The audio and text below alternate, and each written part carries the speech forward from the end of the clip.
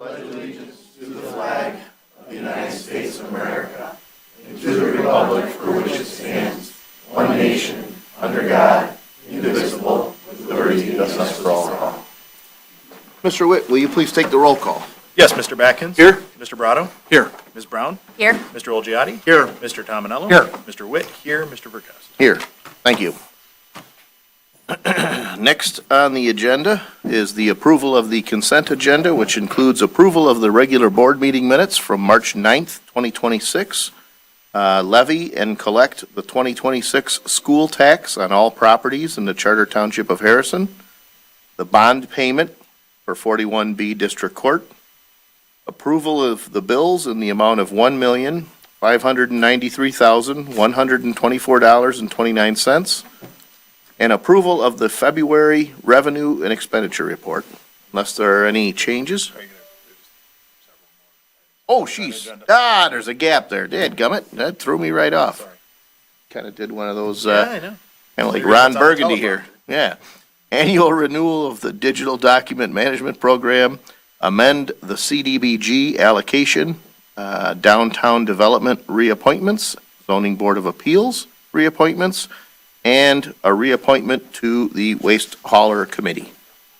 Unless there are any changes, I'd be looking for a motion to approve the consent agenda as presented. I'll make that motion. All right, is there support? Support. All right, I've got a motion by Mr. Badkins with support by Mr. Olgiati. Any discussion on the motion?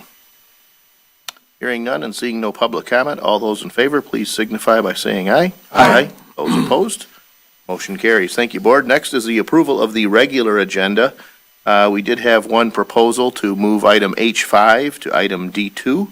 Unless there's an objection or any other changes, I'd be looking for a motion to approve the agenda with the revision noted. I'll make that motion. All right, is there support? Support the motion. All right, we've got a motion by Ms. Brown with support by Mr. Olgiati to approve the agenda with one revision. Discussion. Hearing none and seeing no public comment, all those in favor, please signify by saying aye. Aye. Those opposed, motion carries. Thank you, Board. Next is announcements. I have a few brief announcements. Unfortunately, I'm beginning with a sad one. I'm sorry to report the passing of former Harrison Township trustee, Mr. Michael Rice, who passed away on March 12th, 2026 at the age of 85. Mr. Rice served as a Harrison Township trustee from 2004 to 2008. On behalf of the Harrison Township Board, we extend our condolences to his family and friends. Our firefighters, Local 1737, will be hosting their annual Easter egg hunt this very Saturday, March 28th at 10 a.m. on the Lance Cruz High School football field. If you have any questions, please reach out to our fire department. You can call 586-466-1450. The Harrison Township Beautification Commission is hosting their annual community cleanup on Saturday, April 18th from 9 a.m. to noon. We will be starting at the parking lot behind McDonald's on Crocker. For more information or to register, please visit the township website or call Sue Keene at 586-242-3868. And for information on these, as well as all other township events, you can call the supervisor's office at 586-466-1445 or visit our website at www.harrisontownshipmi.gov. Are there any other announcements? Hearing none, we'll move forward to the Firefighter of the Year. This is Firefighter of the Year for 2025. Chief Bostader is here, so I'll invite you up to the podium to take it over. Good evening, board, residents, and guests. We are here tonight to honor our Harrison Township IFF Local 1737 2025 Firefighter of the Year, who is Engineer Mac Tomaszewski. But before we honor him and embarrass him a little bit and make him feel uneasy, I'd just like to recognize the other people who were nominated as well. And so those individuals were very deserving, hardworking, stood out amongst many fantastic firefighter paramedics. They are Engineer Bruce Weisgerber, firefighter Ian Creech, and all of Platoon 3, led by Battalion Chief Matt Sarnecki, for the fire that they fought at Selfridge Plating Fire. They were very aggressive, fought very hard, and saved very much of that building. It could have been a catastrophe. They did a fantastic job. So it's really important that we honor not only Mac tonight, but everybody else that comes in and works hard every day. And those individuals stood out amongst everyone in their platoons. So, Mac, if you could come up here, please. So Mac has been a member of our Harrison Township Fire Department team since June of 2018. And he was selected for Firefighter of the Year because he demonstrates many of the following traits, all of the following traits. He has strong moral values. He has dedication.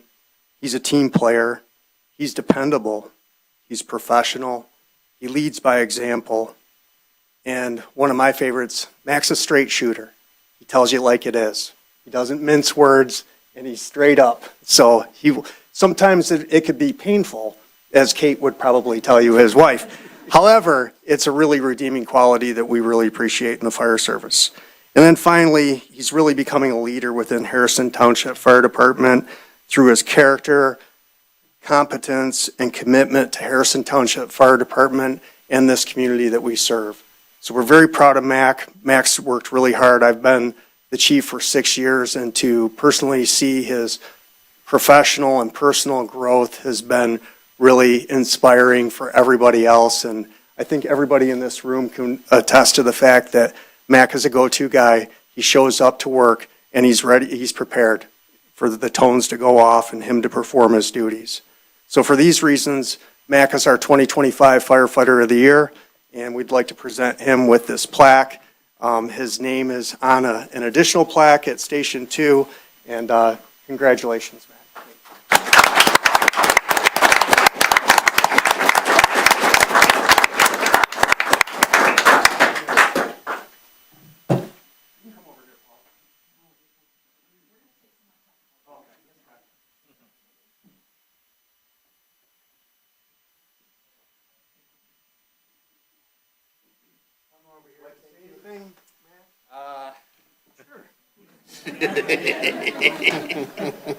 It's really been an honor and privilege to work here. All these guys are great. I just want to thank my family, my loving wife, for all the support, and just thanks again. I'm very humbled to receive this award. Thank you.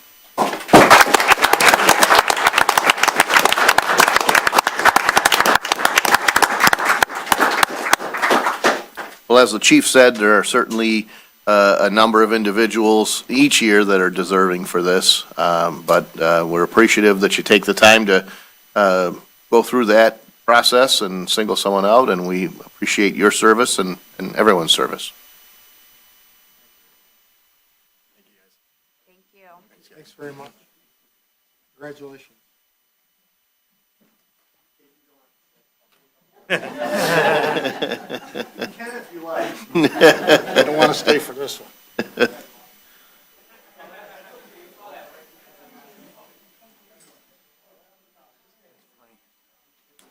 All right.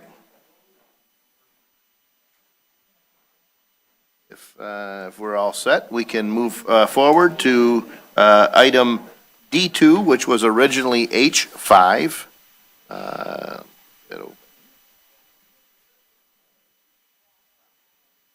Regarding architectural and engineering fees. Board members, we have been working on the design of the campus renovation, which includes combining the library and the engineering building. We have completed the first 2 phases. Attached is a proposal from the architect for the next phase. The township share of this phase I had initially identified as $221,192. We'll discuss a minor revision to that. There is also a need for us as we move forward to select a construction manager. Through this process, and each process is different.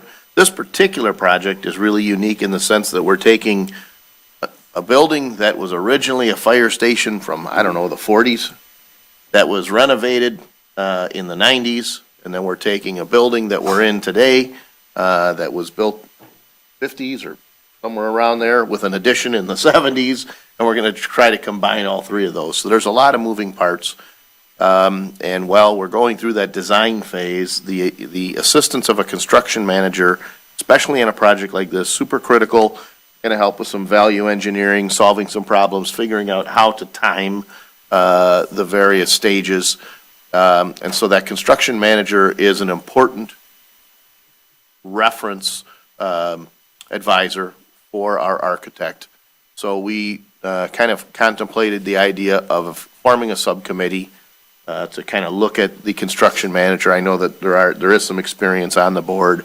I think there'd be value in having our building official involved in that subcommittee. But the idea of a subcommittee is when we have a smaller committee, we don't have to go through the Open Meetings Act. We can be a little more nimble. We're not going to make any decisions, but we can do some evaluations, meet during the day, a little more flexible, and then come back with some sort of a recommendation.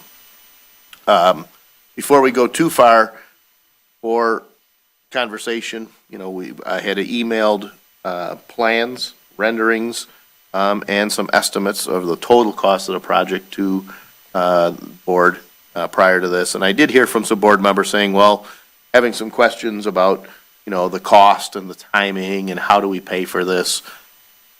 This is kind of like, eating an elephant one bite at a time.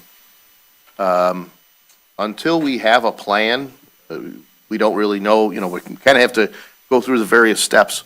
But when we have a plan, when we have a cost, maybe go through the value engineering, it's kind of like, maybe at some of those phases, we have a chance to look for grant funding. Maybe we can apply to state and federal agencies to see if we can get funding. But moving forward with the design of this should probably be parallel with a future workshop to talk about the actual design, the cost, how we split up the cost, how we finance the cost. We've had a chance to meet with bond counsel. So there's still some moving parts, but right now, we feel like we're finished with, and Seth will be better at telling me the various acronyms we use, but we're kind of through the one design phase, and we're ready to get into more of the construction documents. So it's kind of where we are now. So Seth, maybe you can start out by reminding me, there's a small amount on top of that 221 that we identified that was for, I think, furniture for the common area. Interior design. Yeah. You're right. I can't remember what that ended up changing the amount. And actually, I apologize, just to be fair to the folks at home and to the board, maybe introduce yourself and where you're from. Sure. Seth Pinchansky from Daniels and Zermatt Architects. I've got Sadasha Malia, project manager, here with me. So we did just culminate kind of the design development phase, and probably we hope to do that a little bit earlier in the year. Took us a while one of the things that we thought was really important at this point was to get a construction manager involved in the estimate. And so I had done previous schematic design estimates that were based on some really good figures. But getting their kind of fresh look at it is always a little better, a little more objective. And so we did see kind of in that schematic design to design development phase, a little bit of, scope creep. We looked at things like wanting to replace the roof on the engineering building with a metal roof to match this building. It wasn't in the schematic estimate. Things that we had options in there. And we still have some areas. The process was probably about a month-long process with Clark Construction, and we proposed about 3 different construction managers to Ken that we thought would be good at doing this estimate, all that had, good experience with geothermal and mass timber, some of the elements that are in the project. And we ended up deciding on Clark, and I was very impressed with how they worked. And coming out of that process, the complexity of keeping the buildings open during construction, and then kind of the phasing of how do we keep public services going for both the library and the township while we're adding on and then renovating, and how that works with the site work and everything, I think is one of the main things that drives the addition of a construction manager. At this size project, we would typically look at a construction manager. It tends to be as cost-effective, if not more cost-effective, than a general contractor, in that, the construction manager has limited risk. In that the idea is that, you as the owner of the facility, you kind of bear the risks and potentially the reward of, say, not running into an underground, swale of clay or something like this. But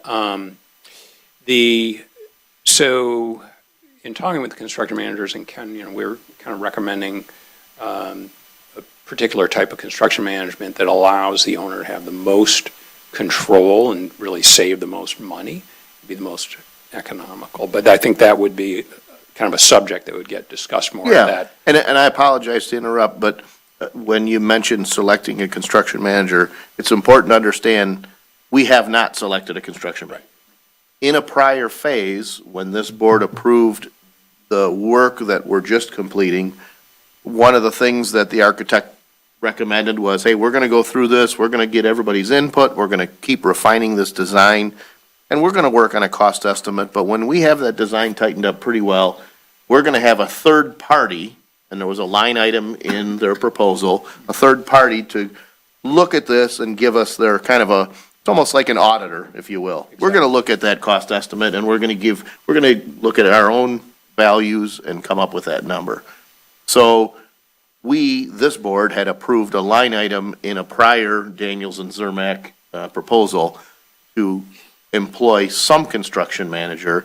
It happened to be that Clark Construction was the firm that did that. But in terms of moving forward, we have not selected. Right. We had just kind of got to that point leading up to this to say, all right, let's try these folks out. Yeah. And that was a $10,000 amount, and we got a lot of value out of that. And, it could have been an estimator as well. There are professional estimators, but construction managers get a lot of feedback. Their numbers are really much more useful, and then you get that value engineering out of it. So we had a lot of discussions with them. They had about a group of 10 people working on this, about various areas that we could do things differently and save some money, add some value. In terms of the question you had, Ken, about the additional bit of fee that we think should be included in this phase, which was part of the interior design, that really just goes with the coordination of the furniture, with power, data, where we need things that we have to get into the construction document. So it's about 50% of that in this phase versus the other 50% that kind of happens during construction when you might be coordinating the actual moving of the furniture. So for the library, that's a bigger piece because we're assisting the library in actually acquiring new furniture, reusing and figuring out how to modify their existing shelving. And then the move of, they want to move all that collection into the addition during construction, once the new portion of the building is complete, and then renovate the existing. So we have to kind of figure that all out, and that's what some of that interior design fees get used for. But part of that has to be done ahead of time to make sure it gets incorporated into the construction document so we know exactly where to put power data, make sure the lighting is coordinated correctly with the furniture.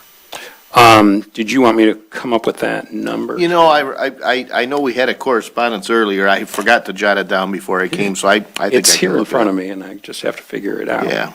I'm coming up with 230,518 is the number. Yeah, there was an additional 9975. Right. Is what you had asked, fine. So let's see, 9975. Thought that's what you had identified. Yeah.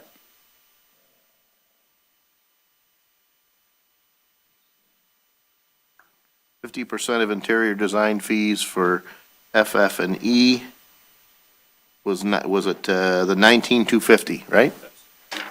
Yeah. Okay. 235,18 is what we've got. 230,518 is the actual number. So, and again, some of the nuances, there's the library, it has its own board, its own decision-making. Obviously, this board, we have our own decision-making. When we come to that shared space, really where the meeting rooms are and some of the public restrooms, there is a need that's completely new. It's basically in the middle of the parking lot now, and there is a need for furniture. We've been moving forward saying that what we would like to do is occupy the new township space, the existing building and the addition, and kind of live with it for a little time before we make any significant investment in furniture or moving things around, because we might find that we thought we would put the water department here and the building department there, but after using the building for a while, maybe we should move things around. So we have sufficient furniture. We're not hiring or letting anyone go, so we just thought we would use our own furniture.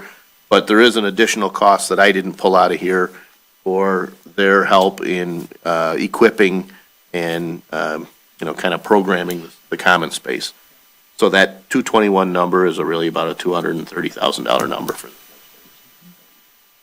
So, And that phase gets us actually through the bidding process. So then, and what I proposed is about 50% through that phase that we would do an update to the cost estimate and report that back to the board of the committee, however you decide to go forward for kind of approval then to complete the last 50% of that phase. We think that phase, ideally, we were hoping to really bid this project, as early as July and get it, start construction in August. So that would be, about a 3-month construction document period. and that's this board member's opinion. I'm not opposing, or I feel like that's optimistic. That's the right? most optimistic. That's the most optimistic. And again, as we make decisions to move forward, we also have to work with the library board, and our schedules don't line up. So, having two independent boards guide a single project makes it a little more awkward, but best case, I think it would be July.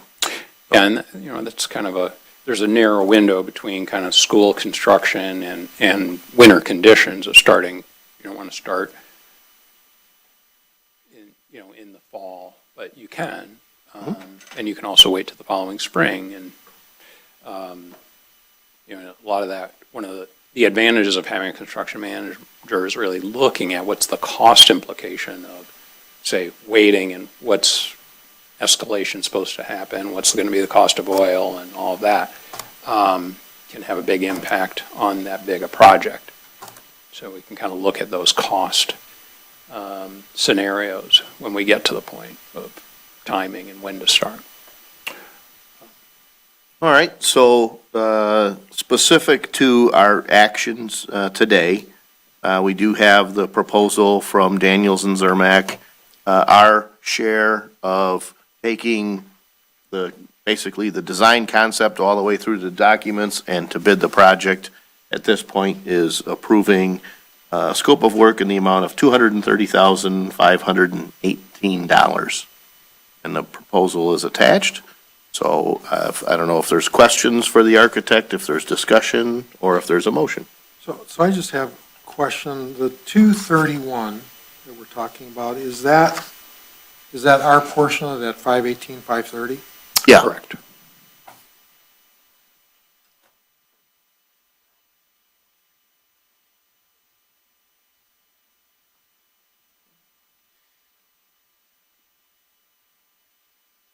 Other discussions, questions, or a motion?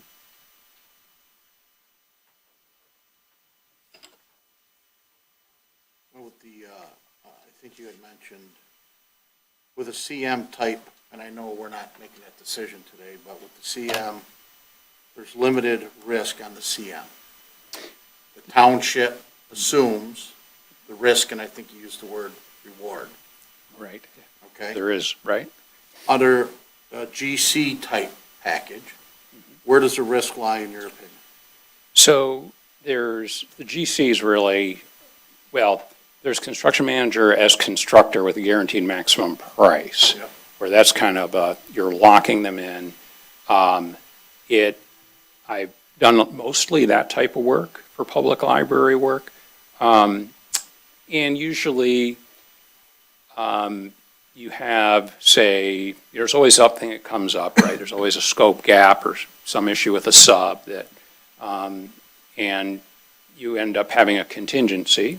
Yep. And typically, a project like this, the construction manager is going to want a 5% contingency. If it's a guaranteed maximum price, the contract allows the contractor to control that contingency. I've heard, some of the CMs of this caliber that I've talked to, 3 to 5%. Some of them kind of play very open book, and others are pretty closed book, like some big construction managers, as well known as O'Neill Construction, who has done 2 library projects for us. And they're basically, that contingency is there to protect their GMP, their guaranteed maximum price. So we find it's not really, I've never had an owner say, okay, you had a scope gap there, you want $30,000 out of the contingency and not agree with them. And in some cases, in the contract, you don't have to agree with them. So we've been leaning toward construction manager as constructor without a guaranteed maximum price, which seems like, why would I do that? And the reason you would do that is then that clause with a contingency isn't in the contract, and the owner controls the contingency 100%. Still, when we've done that, you're playing nice, construction manager, it's a team, it's not an adversarial relationship.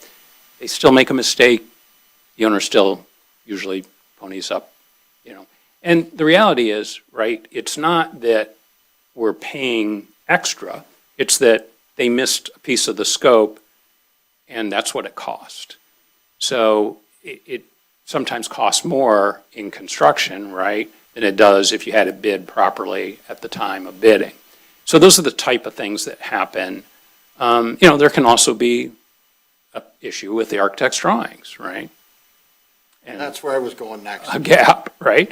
So these are the things that happen, and one of the reasons that you have contingencies, as well as just the unknown things of dealing with old buildings and underground, or market conditions sometimes. So in the case, one of the problems with, depending on the construction manager you end up with, one of the other ways that construction managers like to protect themselves and that GMP is to bond the subcontractors. Legally, we have to get a bond for, if it's a single contract with a construction manager, we have to get a bond. It's a public project. And that at a construction manager's rate might be 0.75% to 0.85%. If you bond subcontractors, their rates might be more like 1.5% average, or some CMs even have a trade program where it's a little lower. If we take the approach of CM as advisor, where they're basically, the contracts, they're doing everything they would do as CM as constructor, but instead of you signing one contract with the CM, you're signing 25 or 30 contracts directly with each trade. And they're preparing those contracts, managing them, same thing they would do, but you're writing several checks instead of one every month. That saves a lot of money, both risk on their part, the bonding cost, because now you can bond directly on the subs. You don't have to double bond. So we're thinking that's one way to do it. General contract, which is another contract method, doesn't involve a CM, and some CMs will do a general contract, but it's more of a less control of the bidding process. So with a general or a construction manager, you're publicly bidding the project at the sub level, but you're you selected the GC, the construction manager ahead of time. And you get the benefit of all that upfront pre-construction services. GC, you're kind of, you're putting it out to a lot of general contractors who then have a lot of subs, and you don't have kind of as much control about which subs you're going to end up with on the job. Whether you want to include more local subs, or it's just you want to, have a certain caliber of subs for different trades. It might be that the brick masonry is really important. We want to make sure we have a really good brick mason. So you do lose some control, and then basically a general contractor is saying, okay, I'm putting a certain amount for contingency and overhead and profit on my bid, and if they do well, they make a bigger profit, and if they have those scope gaps, they're basically eating into their profit. So they potentially need a bigger pot than, say, a construction manager that might limit their risk. So that's the logic behind choosing construction management. And when you get to a project of this scale, the construction management fees are such that probably is less expensive than what a general contractor is going to add on for those unknowns in his potential contingency and overhead and profit. But it doesn't say that we, can't go that route and be very selective about, say, pre-qualifying certain general contractors. But definitely that is, and this is the reason why that kind of construction method kind of creates more of an adversarial relationship with the GC, because they're fighting for every dollar on the job. Right. And it's kind of construction is kind of you've got all these trades who they basically have to say no to every sub-trade who says, well, I want an extra for drywalling that wall. I didn't know that was there. And so they're telling the sub-trade no. They're not coming to us and saying, we want an extra $1,000 for that. So I think in my experience, construction management creates a better team, not just at the high level, but for the subs as well. It's a little more open. And when we do general GC, we don't see a lot of that arguing between the subs and the general contractor. We know it happens. And when you get a sub who's really annoyed on the job, it's usually because the general contractor is not, passing on their additional requests. And sometimes they're legitimate and they should be fairly treated. So CM is just a little more open book, little more, creates a better product, I think. Yeah, the one thing that, in my personal opinion, is limiting liability for the township. When you're talking about a price tag of $10.5 million, 10% overrun. Right. $1 million. Yes. And sharing in that from an architectural, I read through your terms and condition, I look at some of the indemnification clauses and stuff like that, and that's things that I look at personally to say,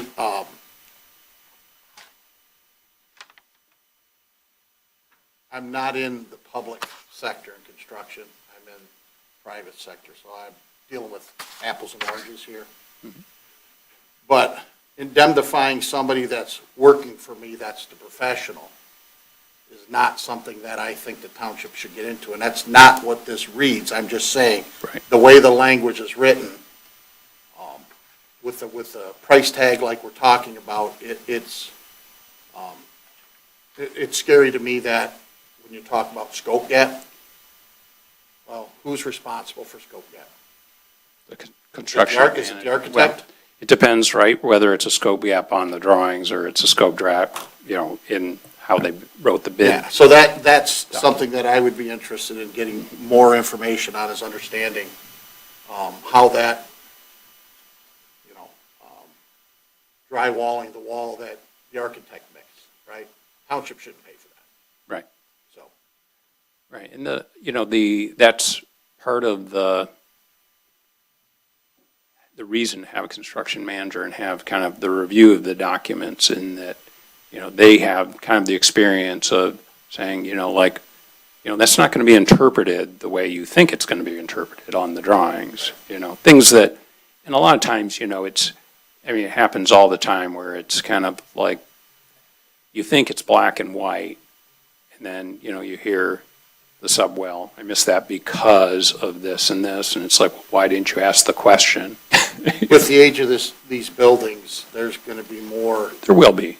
items found than not found, and that's what scares me when I see a price tag of that. What if we're talking about 20% cost overrun? Yeah. Things like that, we Yeah. run into a natural gas pot underneath the building, right? I mean, there's things that I want to make sure that the township is protected at whatever that number is, to make sure that everybody shares in, I'll say, the risk. So Yeah. I don't know if it's feasible based on what you just said, but that's my personal opinion. I'm good with your explanation, so. Yeah. Yeah, and I think, I think that's why the second part of the proposed motion is to form that subcommittee, and I'm hopeful that you can, be a part of that. Like, I think those are, my understanding, my experience on this, two things. One was, I have prior experience, although it was automotive, from seeing the design side and the build side, say, of tooling.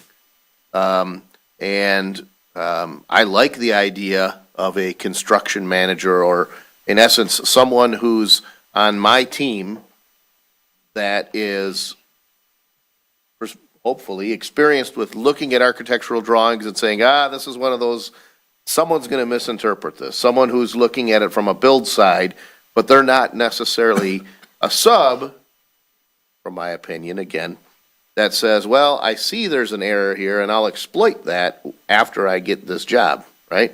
This is someone who's on my team saying in advance, hey, let's clarify this because I think this, and it doesn't prevent everything, right? So I did, that's one side. The second side is, the only other project we did was the police mini station. And again, having been on the design side in a prior life myself, your whole focus is designing something, and if you're good, designing it in a way that it's buildable, and it's, buildable in the lowest cost way. But sometimes when you say, like, okay, it's easy to take someone else's design and make an improvement on it. It's easy to look at something, starting with a blank sheet of paper and listening to all the input from the various parties. That's one skill. But now, once you say, okay, here's exactly what we want, it's a whole nother skill to look at it and say, ooh, maybe you shouldn't do it that way, right? That's its own discipline. And that's why I liked the construction management concept, because, and this is certainly no knock on our prior architect, I think the folks we worked with did an excellent job. But what we did see is once a general contractor got that, they said, well, there's a few areas here, we think we can make some improvements and cut costs. And so they, kind of almost looking at it, anticipated that they could see things in those construction documents that weren't necessarily flaws, but, if you do this enough, right? But I feel like that's a discussion for a subcommittee, because, and at the same time, we've got the library and folks from the library and their board who are, we're not going to say, well, we want a general contractor, and they're going to say, well, we want a construction manager. I mean, that would be chaos. This has to really be looked at as one project. So, your help would be very valuable at that phase to try to say, okay, how do we structure this and how do we put it out? And even though public and private, there's still a ton of that crosses over. So, Well, I mean, GMPs are always best on greenfield sites where you know what you're starting with. What you're starting with here is a lot of unknowns, and that is, I just, But my fear is asking someone to assume that liability means they're all going to figure high because they're just afraid of those unknowns. And when those unknowns don't pop up, they just made a big old profit on us. That's, to me, it's like, I can see it both ways, yep, So, but the primary issue before us is really to say, we've worked with, we and the library have worked with Daniels and Zermatt to get to this point. we're comfortable with the design. And as I said, this board probably has a need to do a workshop to talk about some of those details and the financing and so forth. But at this point, they're at a phase where they're saying, in order to continue to move this project forward, to get to a bidding and construction phase, there's a need to approve this next step of work. It had been proposed in previous proposals that we had, as we've gone along, they said, here's the phase we're in, here's what the future phases look like. We're basically moving to a future phase, and our share of that phase is $230,000 to get us to bid documents.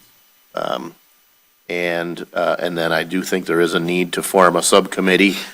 This subcommittee is going to be, it needs to be a part of the library and of us, but in terms of our portion of it, I think there's a need, for us to figure out what that looks like as a part of the motion tonight, if the board is comfortable moving forward and making a motion. So just so I understand, the $518,530 is going to be at the next phase, and I get that. And what we're going to get, from what I understood, we're going to get a more detailed and more accurate pricing. Is that correct? Because I received some figures last week. We were right around 12 million. So basically, this is going to take that and fine tune it, correct? And give us something that's actual numbers? Yeah, so I would expect, our number after kind of the cost model that we have internally, after we completed design development, kind of was kind of more about a $10.5 million project. And Clark looked at it kind of objectively, didn't even want to kind of see our our cost model, and came basically to around 11.8, 11.7. I think the reality is probably somewhere in between. We identified with Clark several areas where we didn't get very good estimating mechanical, which is a big part of it. So I got one estimate that we weren't able to really vet in time that was $100,000 savings. So during the next kind of 50% of construction documents, whoever we choose to work with, or whether if we don't, it'll just be us kind of updating the model as we go, our cost model, as the design gets more on paper, more sections cut, more things More that are detailed. yeah. Yep. As to, where that number is. Now, our objective here is that we're not going up, it's, if anything, we're trying to go down, and we have ideas on value engineering, and kind of, some of those are in documents. I don't know if Ken shared them with you yet.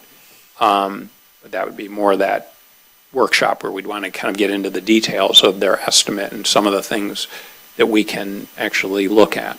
But I think the answer to the question is this phase is going to take us from conceptual drawings to actual detailed drawings that are going to be, that can be used to bid, and, so that's the phase that we're entering into now, is really construction drawings, construction documents, likely, hopefully, if the subcommittee is formed, selecting a construction manager that can help with some of the value engineering. So while Seth and his team are refining the, dimensional drawings, they're actually working with someone that says, maybe you might want to look at, making this minor change for the sake of reducing your plumbing or mechanical or construction costs. And that makes sense. Right now the set is probably like 25 drawings. I don't know, Sadashiv, how large it is, but so when we get to the end, we're ready to bid the project, it'll be like 100 drawings. It's going to be complicated. And, it's more the engineering pieces, the plumbing drawings, the mechanical drawings, structural drawings. But let's say the committee decides, we don't think CM is the right, let's just go for it and bid the project at GC. This $518,000 gets us to bidding it and having an actual number and coming back to the board and going, we bid it competitively, here are the three lowest or most responsive general contractors. And if they're within budget, we go, let's go forward. So that is an option. And this, in terms of our work, that's probably actually a little less work for us than interacting with a construction manager as we're going along. But we'd prefer to get it as right as we can and spend that time really honing the design. What Ken was talking about, say, on the police mini station is, we have 3 different construction types on these 3 different buildings. And then we have a 4th one and a 5th one that we're adding. So what's really important is getting the feedback from the construction manager as to what's going to be the most advantageous way to detail this project. Right now, we're thinking it's a lot of wood construction. And so you want the carpenter to be able to do as much as possible. There still has to be some steel construction on it. We've got a steel building here. There's still going to be some masonry. But so those kind of decisions are really important in terms of the design. We can make best guesses, right? But we're not in the trenches as much. So that's the logic. But anyway, to answer your question, yeah, it gets us all the way through bidding with a number that we could then.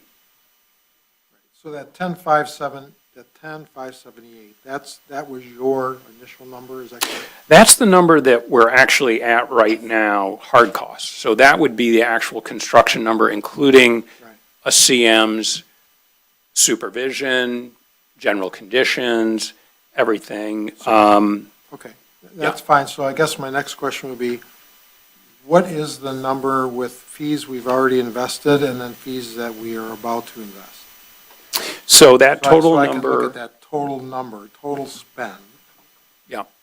would be, if we included the 188,000, both the library and the township already spent on the design, it would be, based on Clark's current estimate, it would be right at 12 million.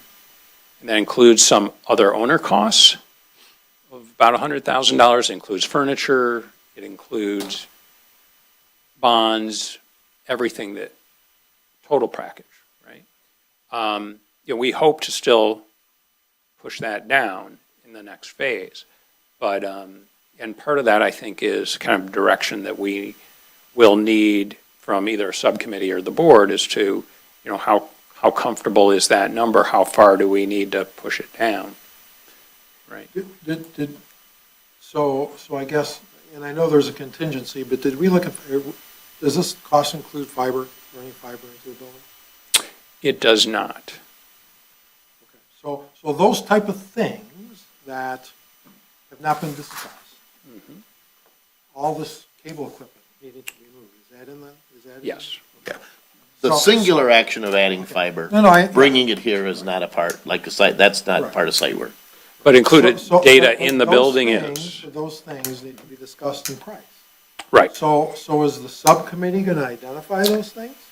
I think that would be a good objective of the subcommittee, if it can be, not just. Yeah, I think there's a misunderstanding here. Right. This cost is pretty all-inclusive. I When you get it. talk about coming from some other place in the world and bringing fiber here, that's not a part of it. When you talk about the work inside of here, No, the number's I get that, but all-inclusive. it's still total cost of ownership. Right, And I guess what I'm trying to get, I want to know what the bottom line number is going to be. sure, That's where I want to get to. right. That's what I want to see. We don't have fiber here now.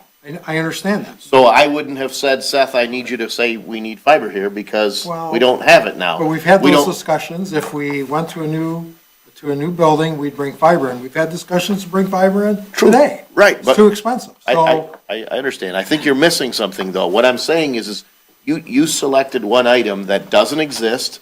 I don't remember a discussion about fiber. We can add fiber. What we've asked for and what this number represents is everything done for us to move in, people to move furniture, people to do everything, it's all inclusive. We didn't, I have not said, and the library, as far as I know, have not said, Seth, I need to have an additional figure to do something different than what we're doing. and I get it. And here's what I want to avoid. I want to avoid that the cost is going to be $12 million. Then after we're built, oh, it's another $1 million because we didn't do this, and we didn't do this, and we didn't do this. That's what I'm trying to avoid. Right. I want everything in one package. And I agree with that. This is everything in one package based on where we are today. Well, And This isn't But things saying, we know what we want to do, we should include. until 2 minutes ago, I didn't know we had a need for fiber. But we do have, Right. you know, within this estimate is a 5% design. I get there's and contingency. estimating I get that. contingency. I get that. Right, and a 5% But you know construction. where I'm going? From a treasurer's perspective, I Sure. want to see the bottom line. I respect that, and I appreciate that. I think where I'm, if it feels like an objection, saying, does this reflect adding fiber? It doesn't reflect adding a 16-car garage, because we've never talked about a 16-car garage. So that's where I'm saying, we have, as comprehensively as possible, we've worked with Seth. Seth's team's worked on that estimate, and then they hired a third party to work on that estimate to think about all of those costs that we don't think about. Things like moving furniture, for example. So I do believe, am I telling you that things won't change or conditions don't change? Obviously, we could, someone had said to me, well, how can we predict? Look at the past 20 years. Look at how many things have changed just in our funding model from the state. But as it stands right now, there's not, to the extent that we've employed two independent expert firms, this is an all-encompassing cost. That's as good as we can be today with contingency. And I appreciate that, and I'm glad you appreciate my concern. Yeah, absolutely. Thanks. Yeah. And one of the advantages we'll have is, with the being one building, the library will have high-speed data coming into the building, and we'll be able to extend that throughout the building to the township offices as well. And, whether it doesn't really matter once you're in the building, whether it's fiber or it's, a T1 line. But one of the advantages of this whole thing is that there's a lot of infrastructure that we're paying for once, and we're able to distribute it throughout the building. Whether it's, there's going to be a new transformer out there. That's been thought about. There's going to be backup generator. We've got a water main, we've got a cross-connect from one side to the other. Accommodated that. So, yep. Well, really, I think at this point,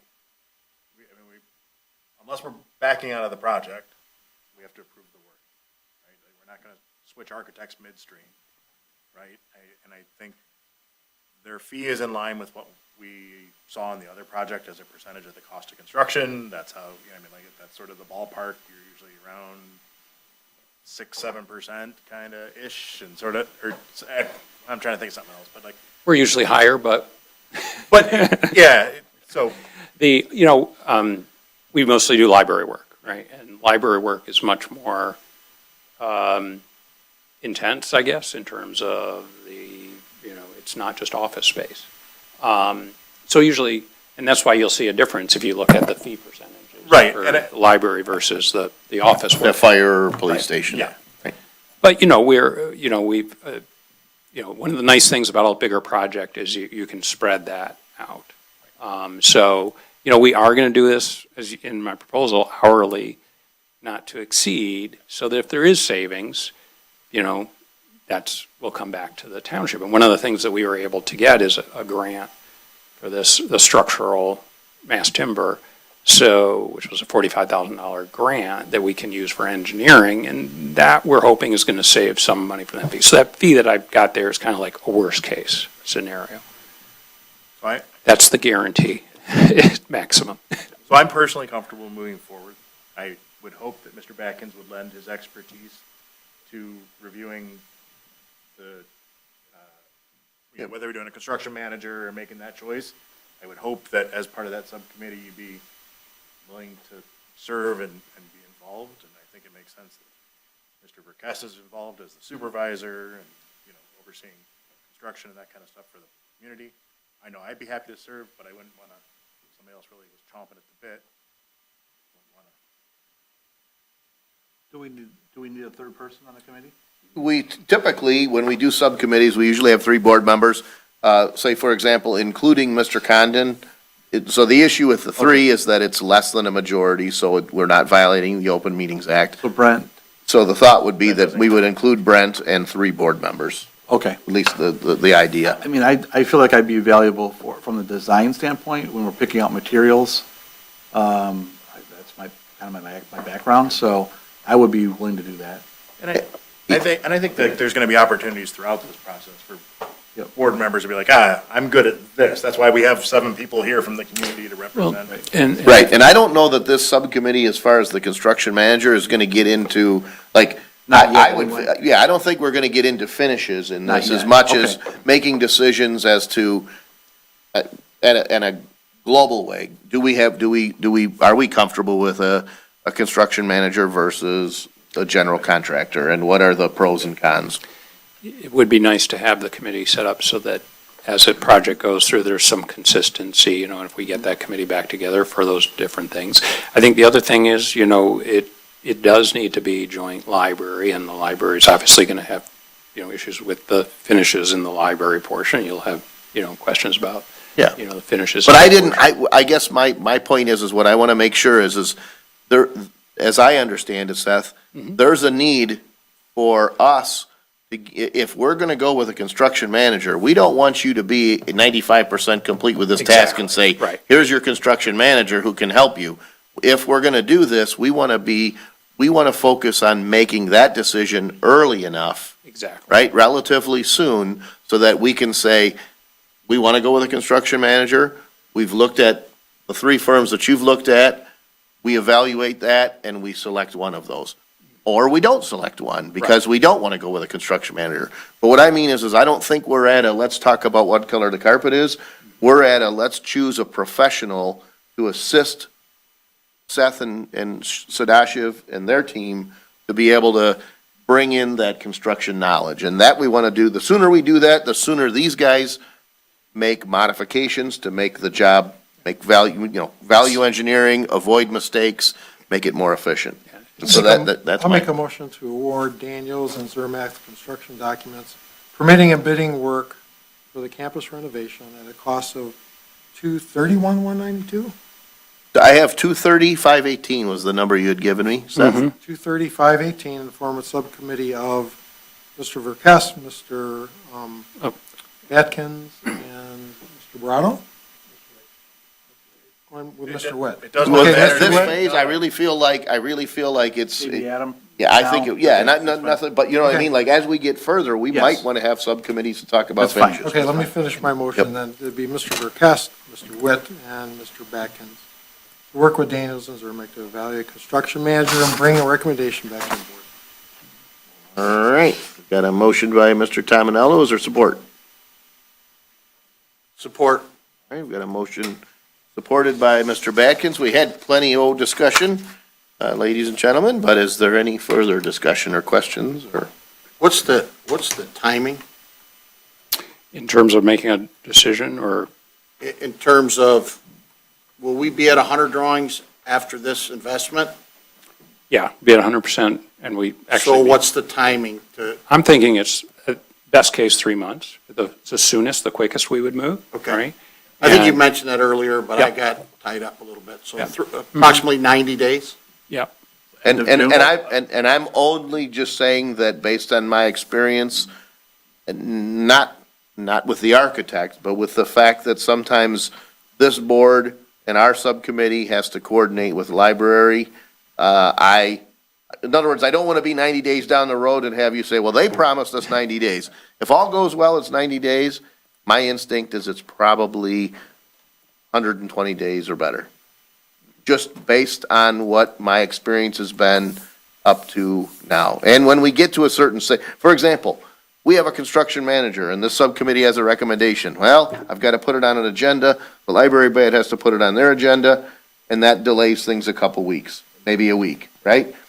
They may be at a certain phase where they say, boy, we'd really like the input on this construction manager, and we think the subcommittee is recommending this, but we can't really engage with them because they haven't been selected, right? I'm looking down the road even past that. If we get to a CM situation where cost of construction rises every year, versus what is the impact of winter conditions? Like when do you actually if this project moves forward, Mhm. when do you pull the trigger?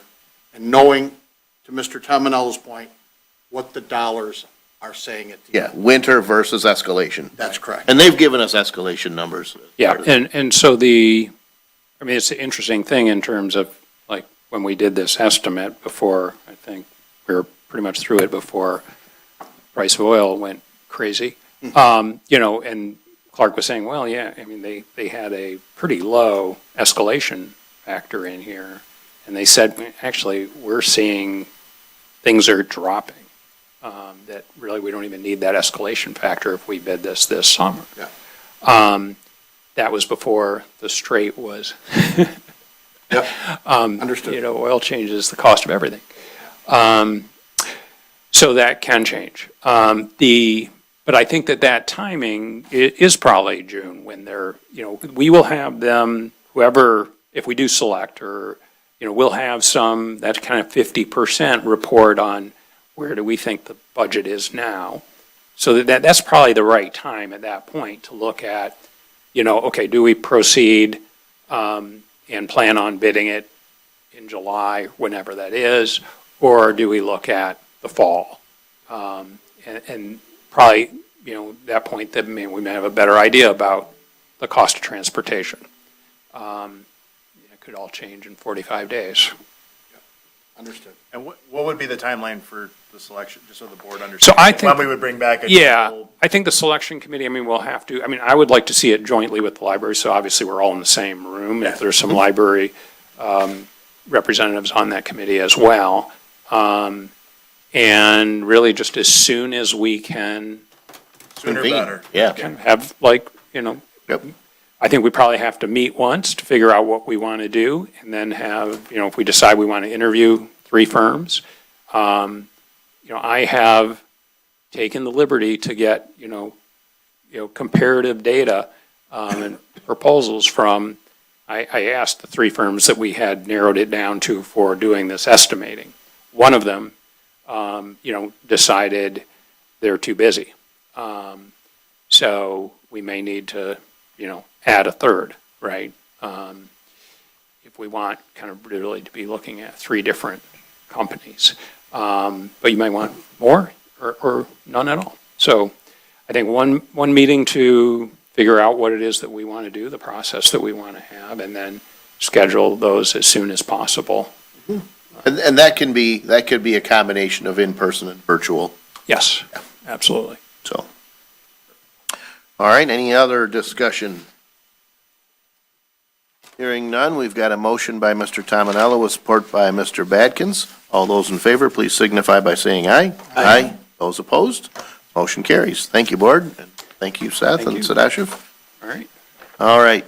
I have to say to the board, our next item is E1, but it occurred to me when we had a room full of folks, it was pretty camouflaged, and we do have, unfortunately, the very last now agenda item that we have, item H4, we do have 2 individuals who are here specifically for that, and while I know we approved the agenda, I'm wondering if there's a willingness for the board to move item H4. I would have suggested it earlier, but with all the firefighters and their families, I just kind of, things got crowded. So is there an objection if we were to, is there any problem with us moving that agenda item? No. No? Is there any concern with the board? Nope. No? Okay, then, and if that's okay, I'm going to move forward to item H4, would we call it D3? Sure. Okay. All right, so, board members, now this is regarding the Solid Waste Management Plan Resolution. In October of 2025, Waste Management of Michigan, WM, submitted a proposed amendment to the Macomb County Solid Waste Management Plan. This is a formal plan the county adopts and formal process to amend it. WM has requested a modification to the plan for the Pine Tree Acres landfill in Lennox Township. The proposed amendment includes the following elements: adding approximately 236.5 acres to the facility's planned footprint, including approximately 135 acres of engineered disposal area. It involves allowing a recycling transfer station on WM-owned property within the Pine Tree Acres site to support recycling and material diversion, and it involves extending the landfill's projected remaining life by approximately 25 years, ensuring critical long-term disposal capacity at current service levels. The Macomb County Solid Waste Management Planning Committee worked with WM to refine the plan and propose additions that would benefit the county and the surrounding communities. Once finalized, the plan was sent to the Macomb County Board of Commissioners, where they approved the plan 13-0. The next step, according to the county's solid waste management plan, is for all 27 municipalities to consider a resolution of support for the plan. Attached is the letter we received from the county, as well as the proposed WM plan and a proposed resolution that we could adopt. One of the biggest objections that has been made regarding the plan is that it does nothing to limit or stop the import of Canadian trash. I believe some of those who support the expansion were dishonest when asked about the volume of Canadian trash that is imported to Pine Tree Acres. However, I do not see a viable way for us to slow or stop the import of Canadian trash, nor do I see a reasonable alternative. Therefore, I am recommending that we adopt the Solid Waste Management Plan resolution as presented. So a couple of thoughts on this. We've been talking about it for a while at a regional level. I've had the opportunity to attend some meetings, possibly going back to late last year, if I remember. We talked about it in a workshop. Board members brought up some concerns, so I'd asked members of the WM team to come and present at a previous meeting. This is one of those scenarios where, based on the research that I've done, and I know Mr. Witt's done a lot of looking, waste management, solid waste management as a whole in Michigan is varied. There are municipal sites. I think St. Clair County owns their own site. There are privately held sites, and there's good and bad to all of those. This is where Macomb County waste goes. But based on our geography, it's also a very attractive location for Canadian waste. One of the objections that I heard from this board was, what could we do to stop this? It's a federal, it's a state issue. I am confident in saying that there is nothing that we can do single-handedly at Harrison Township to prevent the flow of Canadian trash. I'll take it a step further. 2/3 of Macomb County municipalities have to, since the Board of Commissioners approved this plan and it flows to the 27 communities, 2/3 of them have to approve it. If 2/3 didn't approve it, it stops this, but it doesn't stop the flow of Canadian trash. And I believe it would continue to flow here until that was a problem, and then it would just be shipped somewhere else. It is a business enterprise. And if we want to fix it, we need our state, federal leaders to fix it. As I understand it, I think 15 municipalities have considered this and passed this resolution. As far as I know, none have voted down the resolution. By no means does that mean that this board can't ask questions or support it or deny it or whatever, but I don't believe we are empowered to solve the objections that we see before us through this. If this does move forward, there is a second plan that has to be considered. I'm partially informed on it. Again, it's not a local issue, it's a county issue. But I don't see, frankly, I don't see, no matter what we do, anything changing, whether we approve this resolution or whether we alter the resolution to oppose the plan. I think at this point, this is where this is headed. So, questions, discussion, motion. I just want to let the board know, I did do some research afterwards, and I to Mr. Burkett's point, I do think the information that we got from Waste Management last time they were here was at best misinformed, could be deceitful. We asked about how much Canadian trash went there. We said, average about this, but no way is it more than, like a quarter, or, 70 to 19 was the number, I feel, 17 to 19%. Just 2024, last year, annual reports were available from the state where they have to file how much trash goes in. Macomb County generated 738,113.47 tons of trash. Pine Tree Acres accepted 3,584,139 tons of trash.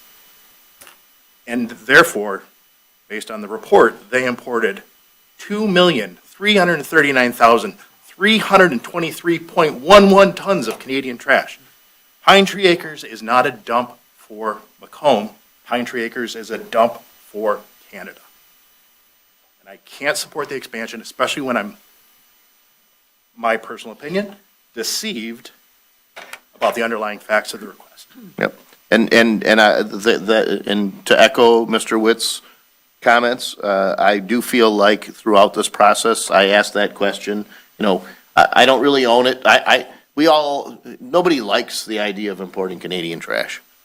But I don't really, it is what it is. I'm not dropping everything we're doing. We're not going to stop moving forward on everything else because of this singular issue.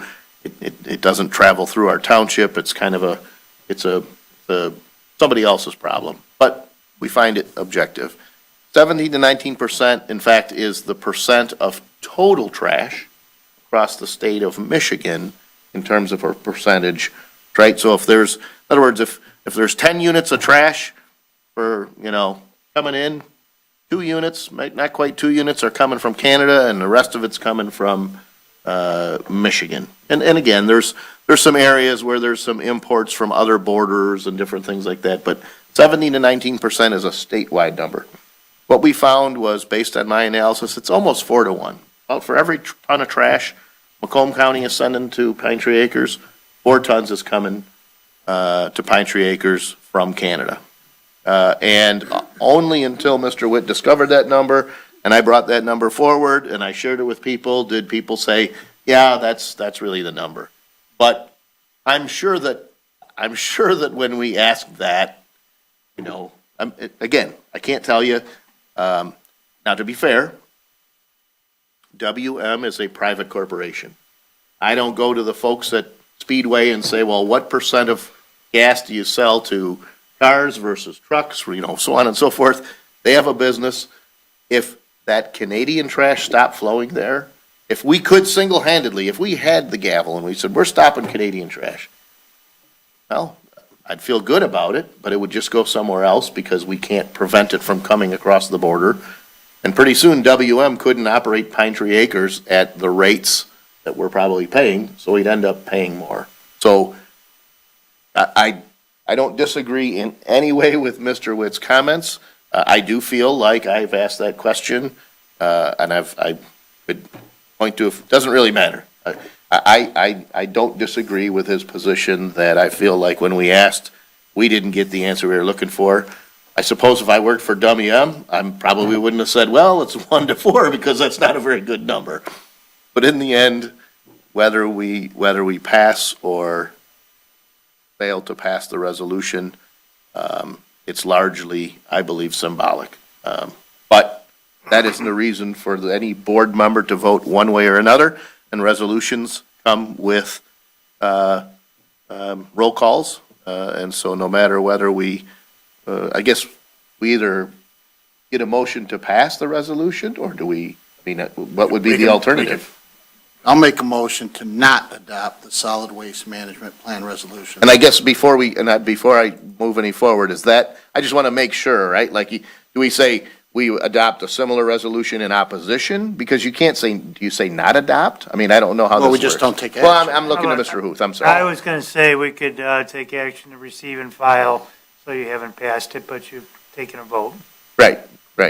So, my point being is, I'm not in a position to say what the action is. I'm not trying to stifle anyone's decision. Yeah, no, I just know no. procedurally, like, do we say direct the supervisor and attorney to draft a resolution in opposition and pass that, or that's why I was asking? Yeah, I don't think it's necessary. Okay. I mean, you've sent, if it's not passed, then they realize that you're opposed to it. Fair enough. So So no action? No, I would take the action would be to receive. we want affirmative action. We want to go on the Some kind of record. vote. Yeah. Okay. Oh, yeah, so first and foremost, hold on. So let me say this. Once we have a motion with support, we'll open up the floor for public comment, and I wouldn't deny you that regardless, but yeah, absolutely. Receive and file. Yeah, I'll make motion to receive and file the solid waste management plan resolution. okay. Support. Okay, got a motion by Mr. Badkins with support by Mr. Brado. Before I open up the floor, is there any further public or board comment or any concerns with opening the floor? No. Okay, all right. Thank you for your time, and I appreciate the opportunity to address the board. I was the one that was here previously. It certainly was not my intention to deceive anybody. I was not hiding any information that is publicly available. I am not deceitful as a matter of practice. I certainly don't lie about numbers that are easily ascertainable. That is not my practice or my moral code, to be honest with you. I specifically recall the question being asked, and at the time, I did not have, and that's on me, but I did not have the number of 68% that I think is the number specific to Pine Tree Acres. I answered the question by saying, I know the number is approximately 14% for the state. We can get you the information on the number. If it was misinterpreted or if I didn't say it clearly enough, but the only thing I want to say tonight is it's very important for me, for you guys to understand, nobody was trying to deceive you. WM would never try to deceive you. I certainly wouldn't try to deceive you. We now have 16 yes votes. New Baltimore just voted tonight. So we have 16 votes and no opposition, again, with numbers that other communities know and are publicly available. Nobody is trying to hide the ball on this. I wanted to look you all in the eye and tell you I would never intentionally deceive this board or try to sort of throw a curveball or run an end around it. I'm happy to answer any other questions that you have. That's why we're here. Certainly, like I said, I appreciate all the thought, time that you've put into this. Happy to answer as honestly as I can any questions that you guys have. But I just wanted to be very clear about that because it was myself that spoke. I represent WM. I don't work directly for them. I'm a lawyer. Take that for what you will. But in any event, like I said, I just wanted to be very, very clear about that. That certainly was never my intention. I'm glad you found the information, and I know you also had conversations with people at WM who were very direct about that information. Absolutely. So I just wanted to make that very clear. Sure. It was important to me. So that's all I have right now. Unless anybody has any questions. Which No. Any other public comment?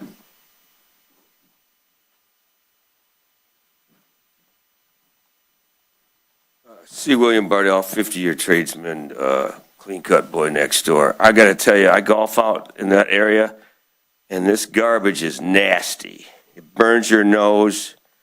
And like I said before, there was a bride dressed all in white, and there was a reception outside, and they got to smell that stuff. I'm just playing golf. I can imagine these people in all their white formal clothes having to smell that stuff. It's terrible. It's not romantic. I mean, if it's our own garbage, that might be one thing, but it's nasty. It's nasty. Thank you. Thank you. Any other public comment? Seeing none, we'll close the floor for public comment. Certainly not my intention in bringing this forward to accuse any individual or any coordinated effort. I'm doing my best to say, when we did ask the question, I mean, really, you're saying like, okay, well, 6 to 8 years. Frankly, I don't care. I mean, I shouldn't say that. My primary concern is not the landfill in Kent County or in the Upper Peninsula. In Macomb County, I'm a part of the Macomb County, I'm one of those communities. I'm being asked. I think it was probably 12, 15 years ago when there was a discussion about adding another landfill. Had no idea. I was a relatively new supervisor, and pretty soon folks were showing up at my door lobbying me really hard, and nothing even happened back then. So I understand this is a sensitive issue. I know that there's other components in this in terms of agreements across borders. I don't know as much about them as about the data that Adam shared with me. But I know there's, we accept this level of trash or this kind of trash, and, there's a lot of these agreements that happen at a much higher level than us. So, I mean, let me just say that it's a complicated issue. I did talk to an awful lot of people, local leaders and my peers in other municipalities. When I shared the information, there was a little frustration, but there was generally apathy. Talked to folks at the county level that worked on this plan. I talked to the county executive himself. This is really this is a county board, a committee, then to a board, and then to 27 committees. But, yeah, it wasn't my intention to disparage anyone, but I can honestly say I feel like I probably sat through at least a half a dozen meetings at various levels, formal, informal, and asked the question, and maybe I didn't ask it right, and it's not a function of anyone's integrity, but, I guess the whole point is if Canadian trash stopped flowing there, we wouldn't have a need to expand it, but it ain't going away. If it's smelly for the folks that are golfing nearby, it's gonna continue to be smelly. And if we said we're closing it down, we'd all pay more to haul it somewhere else, so that somebody else's golf course would be smelly. It's the nature. It's not a fun business, so. Any other board comment? It is a motion to receive and file, but it's considering that it was a resolution. It doesn't require a roll call. It doesn't require a roll call, but I guess, You're requesting one. I feel like it's appropriate. Unless there's any other board comment. So we've got a motion by Mr. Badkins with support by Mr. Brado to receive and file the solid waste management plan resolution. Mr. Backens? Yes. Mr. Brado? Yes. Ms. Brown? Yes. Mr. Olgiati? Yes. Mr. Tominello? Yes. Mr. Witt? Yes. Mr. Verkowski? No. Okay, next on the agenda is item E1 from the clerk's office. Jumping all over the place here today. So tonight before us, we have item E1, which is for the Point Rosa Special Assessment District. And so this is a project that we applied through the Macomb County Subdivision Reconstruction Program, grant program. They were fortunate they received that it'll cover half the cost for the paving of the street, including drainage work. We recently were able to confirm that we have collected more than 50% of the frontage petitioning to create the special assessment district to repave the road.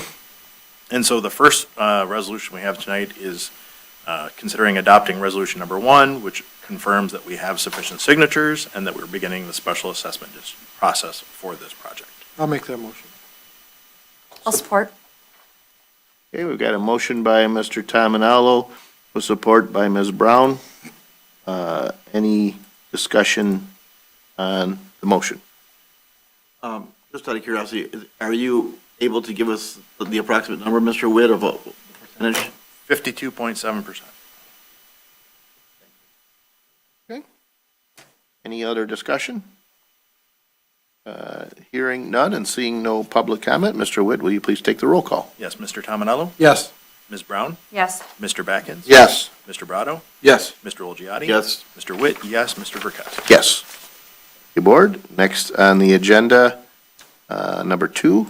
Yes, thank you. Yep. So this is resolution number 2, which sets the date for the first public hearing for the Point Rosa Street SAD that we just discussed. We'll be looking at having this on our Monday, April 27th, 2026 regular board meeting. We do send out mail first class to the property owners, as well as publish 2 notices in the paper. Purpose of this first public hearing is to hear objections to the project, as well as preserve the individual's opportunity to protest the assessment to the state tax tribunal. So, is there a motion to adopt resolution 2? Make that motion. Support. All right, we've got a motion by Mr. Olgiati with support by Mr. Badkins. Discussion on the resolution? Hearing none and seeing no public comment, all those in favor, please signify by It's a saying. roll call, Oh, sir. sorry. Mr. Olgiati? Yes. Mr. Backens? Yes. Mr. Brado? Yes. Ms. Brown? Yes. Mr. Tominello? Yes. Mr. Witt? Yes. Mr. Verkowski? Yes. All right, thank you, board. Sorry about that. Next on the agenda, item F1 from the Building Department. regarding approval to enter into circuit court to gain approval to demo the house and garage at 29574 South River. Board members, the house at 29574 South River Road is in a poor state of repair. Light enforcement has been ongoing since 2014. House and garage violations have been ongoing since 2023, and the house has been uninhabitable since then. Owners have pleaded responsible twice in district court, but no progress has been made. All permits are expired. We are requesting permission to take this case to circuit court to pursue to pursue permission to demolish both structures at a budgeted cost of $5,000. I'm going to pause there. I remember that when I was asked to approve this item, it came from the building department. I had kind of looked at, I didn't have that $5,000 figure, Mr. Huth, so I want to make sure that you're still comfortable with that as a budgeted amount. I am, yes. Okay, good. And I apologize, I should have checked with you sooner on that. I just looked at previous ones. Attached in the board packet is an estimate of the cost to demolish the structures. Should we be successful in circuit court, we would solicit bids for this demolition work, but the attached estimate was obtained so that the board would have an idea of potential future costs associated with the demolition should we be successful in circuit court. It is possible that the owner could demolish the structures themselves. It could be that just merely filing in circuit court could move them off, but this is a push to a final end. A lien would be placed on the property for any costs that we would incur. So we're looking for a proposed motion to direct the township attorney to file a case in circuit court to pursue an order of demolition of both structures at 29574 South River Road at a budgeted cost of $5,000. I'll make that motion. Support. All right, we've got a motion by Mr. Badkins with support by Ms. Brown. Any questions, discussion on the motion? Hearing none. All those in favor, please signify by saying aye. Aye. Those opposed? Motion carries. Thank you, Board. Next on the agenda, item G1 from the clerk's office. Yes, thank you. So before us tonight, we have a new opioid settlement for the 6 remaining regional distributors. And the settlement requires that the subdivisions enter into the settlement by May 4th of this year. The township has already signed some settlements as part of the ongoing national opioid lawsuits. The projected recovery to Harrison Township is based on a percentage formula established by the courts. It's sort of similar to how they've done all the other ones. They call this the 6 remnants, so I think we're getting close to the end on defendants here, but I don't think it's 100. Sadly true, yes. Yeah, so the township attorney is recommending that the board approve this settlement. Discussion, questions, or is there a motion? I'll make the motion. Is there support? I'll support this. All right, we've got a motion by Mr. Badkins with support by Mr. Brado to authorize Harrison Township to opt in to the 6 remnant defendants settlement as part of the national opioid lawsuit settlements as proposed. Discussion on the motion. Hearing none and seeing no public comment, this doesn't require roll call. sir. All those in favor, please signify by saying aye. Aye. Those opposed? Motion carries. Thank you, Board. All right, next on the agenda, item H1, an update regarding litigation. Board members, we have been involved in litigation with several cannabis growers since July of 2023. They are challenging their property classification as commercial and would like an industrial or agricultural classification, which would lower their property tax millage rate. This has been heard at the State Tax Commission, at Circuit Court, and is now in the State Court of Appeals. Either designation would eliminate personal property taxes, which would result in a loss of approximately $100,000 of tax revenue for the township, police, fire, and library millage in total for a 1-year period. And this is a multi-year appeal. So there's hundreds of thousands of dollars on the line in arrears, as well as obviously moving forward. There would obviously also be losses to other taxing entities, and it is our responsibility as a township to properly assess all properties in the township. On the advice of the township attorney, we engage the services of Hallahan and Associates, We have used them in the past for specialized property tax appeals with very good results.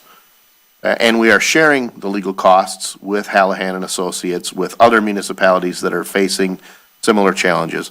This is one of those scenarios where we're establishing case law. We've got a couple cannabis growers saying our classification shouldn't be the way you've done it, and we should be paying less in taxes. A group of us were named, being sued, and so a group of us are fighting it to share the cost.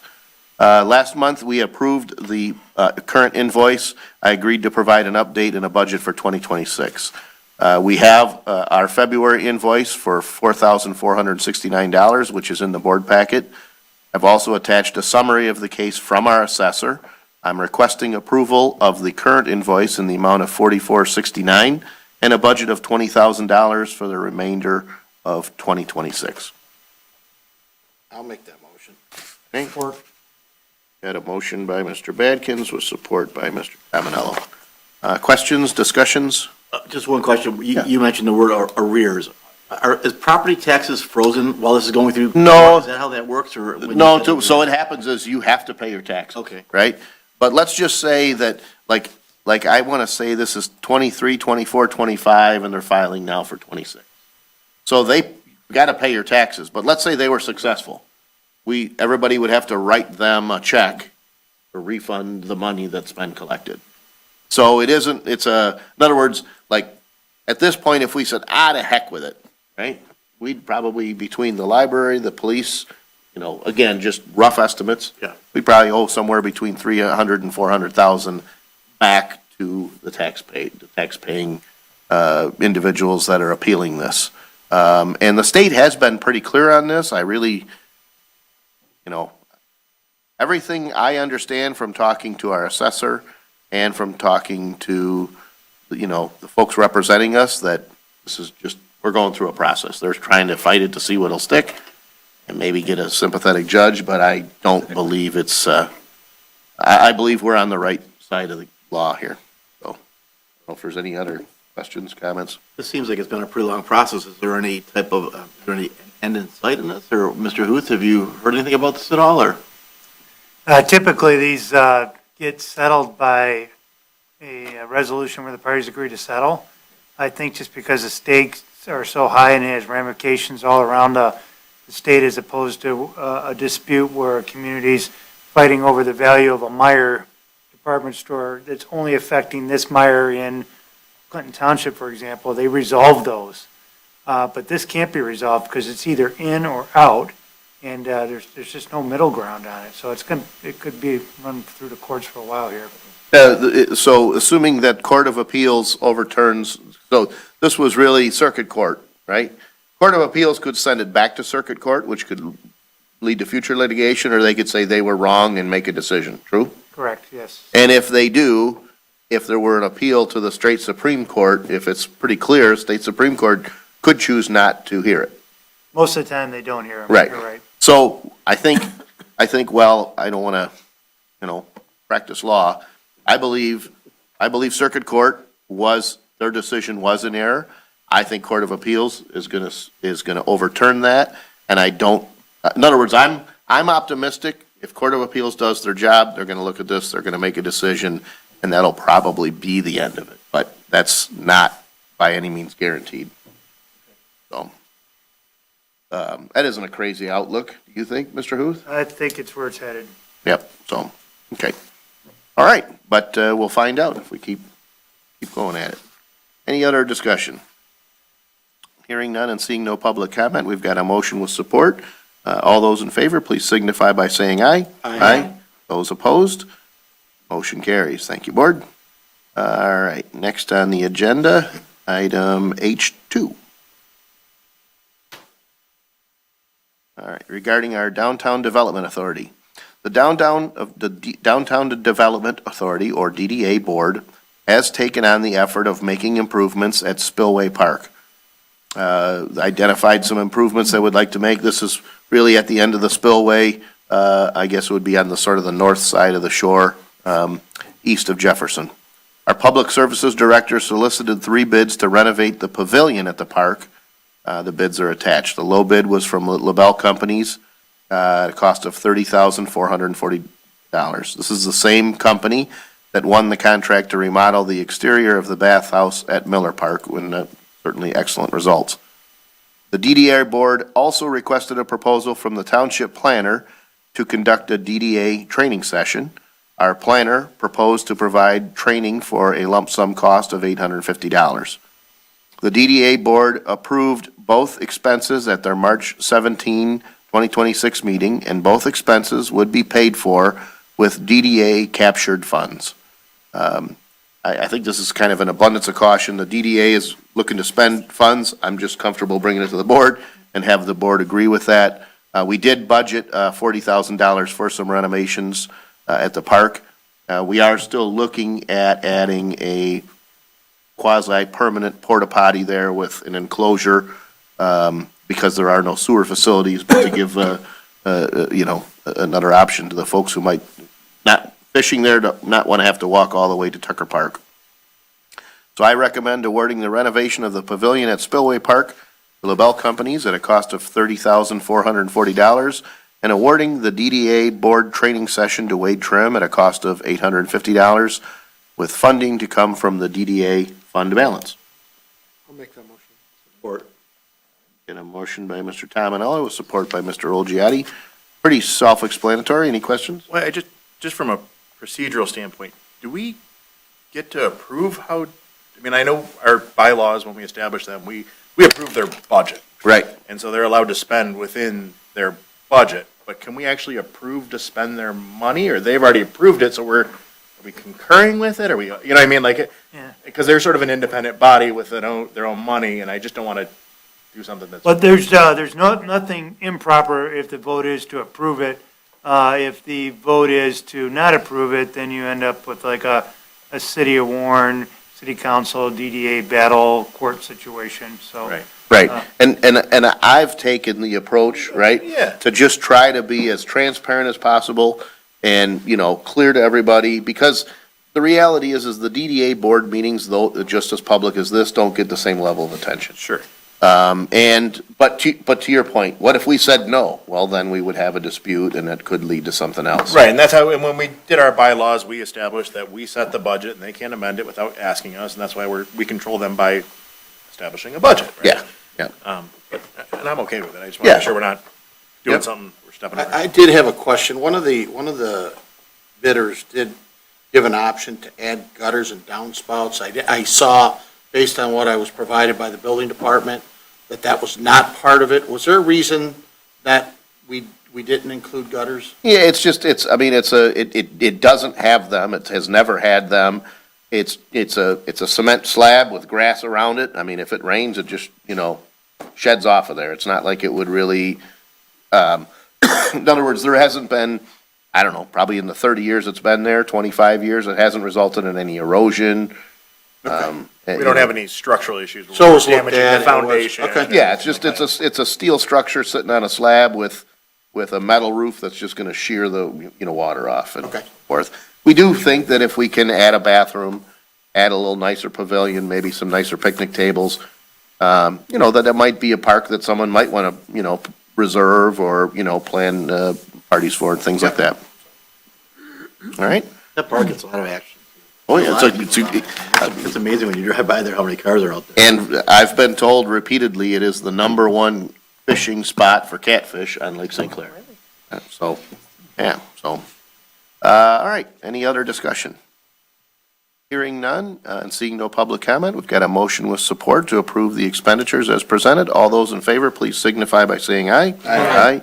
Those opposed, motion carries. All right, board, getting close here. Next one is regarding House bills concerning local control.